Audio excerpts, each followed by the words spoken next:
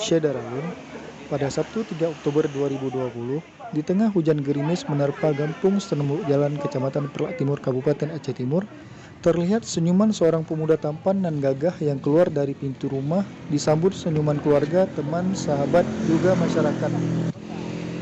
Terlihat berbeda dari yang lainnya, Syawaludin yang telah mempersunting Ira Mauliza darah Gampung Albugeng Kecamatan Perlak Timur, Intat Linto menggunakan sepeda ontel. Setibanya di Kampung Albugeng, Kecamatan Perlak Timur, Linto baru Syawaludin disambut dengan senyuman dari para tamu undangan.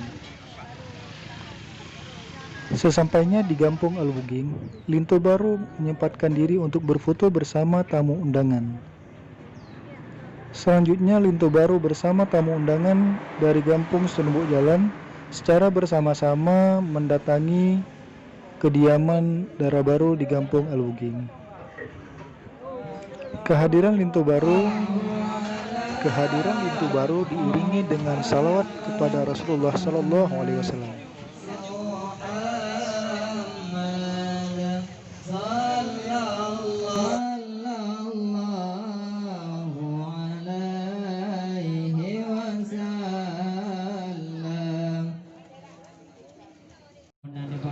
Dari Aceh Timur, Irwansyah, Al-Farisi TV melaporkan.